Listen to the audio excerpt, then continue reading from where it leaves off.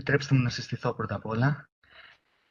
Είμαι υποψήφιος διδάκτορας πολεοδομίας και χωροταξίας στη Σχολή Αρχιτεκτόνων Μηχανικών του Εθνικού Μετσόβιου Πολυτεχνείου. Έχω κάνει σπουδές και στο αντικείμενο της πληροφορικής. Απασχολούμαι επαγγελματικά ως πολιτικός μηχανικός στην τοπική αυτοδιοίκηση. Οπότε στην έρευνά μου αυτά τα θέματα συνδυάζονται και οι παρουσιάσεις που προηγήθηκαν αποτελούν μια πολύ καλή εισαγωγή, αναλύουν όψεις δηλαδή αυτού για το οποίο θα συζητήσουμε τώρα. Θα μου επιτρέψετε η παρουσίαση, το κυρίως μέρος της παρουσίασης όπως και οι διαφάνειες που βλέπετε, να είναι στα αγγλικά. So, good afternoon everyone. It is a real honor to be here with you today and contribute to the important conversation we're having about how digital technologies are reshaping our societies. I'm going to talk about digital citizenship, a concept that has become increasingly central to how we understand the interaction between individuals, technology, and society. The presentation explores how digital citizenship can support democratic participation and help build more inclusive and equitable societies. Drawing on academic research and institutional reports, I'll highlight the ethical, educational, and civic dimensions of digital citizenship and discuss key competencies needed for active digital engagement. We'll begin by tracing the evolution of the concept, then examine its ethical and educational implications, and finally explore how digital citizenship intersects with democratic participation. I'll conclude with some reflections and policy recommendations aimed at promoting more inclusive and sustainable digital communities. So, in the era of the Industry 4.0, digital citizenship is much more than just knowing how to use digital tools. It includes ethical behavior, critical thinking, civic participation, and a strong sense of social responsibility in digital contexts. As digital technologies continue to shape our everyday lives, from how we communicate and learn to how we engage politically, the need to cultivate responsible and informed digital citizens becomes even more important. Let's start by looking at how the concept of digital citizenship has evolved over the past 2 decades. Initially, digital citizenship has largely defined in terms of access and basic digital literacy, essentially having the skills to participate in digital life. Several scholars framed it as the ability to engage online, but as technology became more embedded in our lives, researchers began to recognize that this definition was too narrow. Ribble, in 2011, for instance, introduced a more comprehensive framework with 9 elements ranging from digital literacy and etiquette to rights, law, and security, emphasizing that being a good digital citizen also involves ethical and responsible behavior. More recently, scholars have taken this even further, emphasizing digital citizenship as something that connects digital participation and civic values. It is argued that digital citizenship isn't just about what individuals can do online. It's about how society supports and shapes that engagement. Navigating life in a cyberspace requires more than just technical know-how. It demands ethical awareness, media literacy, and a working understanding of democratic processes. We also see growing attention from official institutions. The European Commission and UNESCO just 3 years ago both stressed the importance of integrating digital ethics and civic engagement into educational systems. Their goal is to prepare learners not just to use technology, but to shape digital spaces in ways that reflect democratic values. At the same time, we can't ignore ongoing issues of digital inequality. Many people, due to factors like socioeconomic status, geography, or education, are still excluded from full online participation. Addressing this means going beyond infrastructure. It also requires culturally relevant education and long-term support for digital inclusion.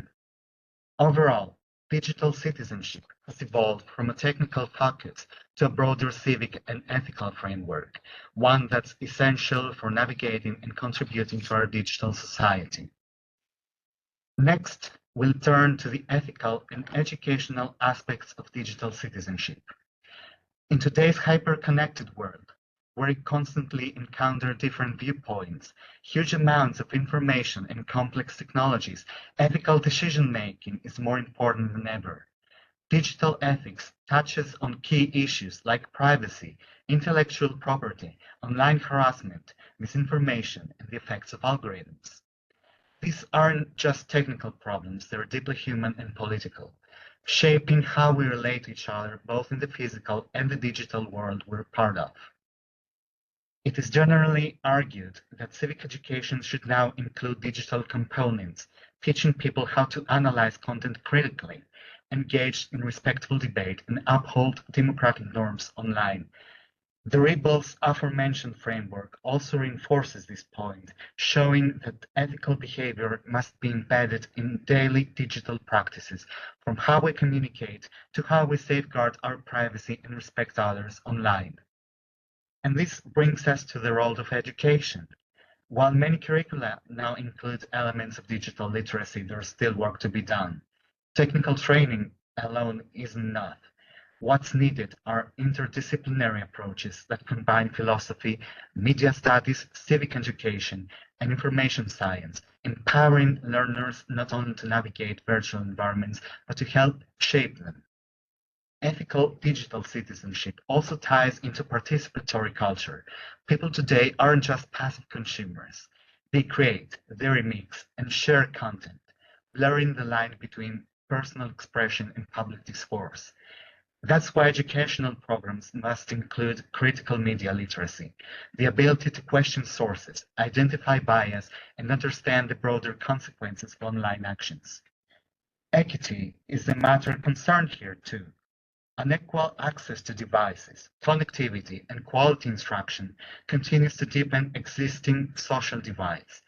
To ensure that digital citizenship is truly inclusive, we need policies that support underserved communities, provide teacher training, and develop culturally responsible content. As reminded by recent studies, digital citizenship must be both a right and a responsibility, something available to everyone, not just a privileged minority. Now, let's examine how digital citizenship supports democracy in practice. Today, many aspects of civic life happen online, from engaging in public debates to participating in policymaking.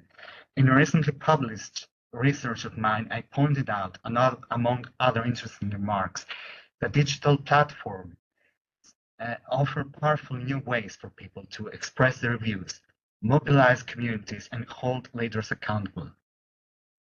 At its best, digital citizenship enhances democracy by promoting transparency, accountability, and civic dialogue.